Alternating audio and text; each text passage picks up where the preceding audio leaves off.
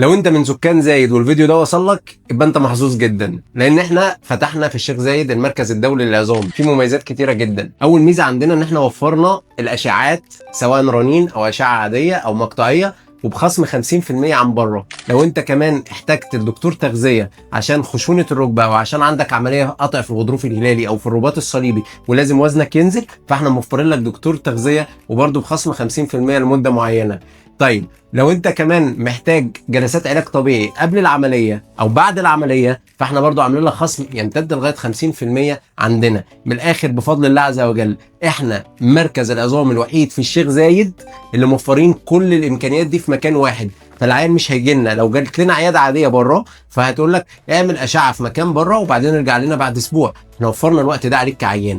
تاني حاجة، اعمل العلاج طبيعي فروح دور على مركز علاج طبيعي بره، وفرناه عليك كله في نفس المكان عشان نضمن نجاح كامل للعملية من أول ما المريض بيدخل لنا المكان، سواء نحتاج أشعة سواء نحتاج علاج طبيعي نحتاج تغذية، لغاية ما العيان الحمد لله يطلع يقول احنا مبسوطين جدا وكتر خيركم. احنا في الشيخ زايد مكاننا سهل جدا جنب المجمع الإسلامي ب، فأفضل مكان في الشيخ زايد بفضل الله عز وجل. مواعيدنا بتبقى يوم الثلاث، ده مواعيد كشف العظام بيبقى موجود يوم الثلاث. مركز الدولي للعظام عندنا مجموعه من افضل الاستشاريين المتخصصين في السب سبيشاليتي بتاعه العظام، يعني مش استشاري واحد، احنا عندنا كذا استشاري لكل حاجه في السب سبيشاليتي بتاع العظام بنريفير للدكتور ده.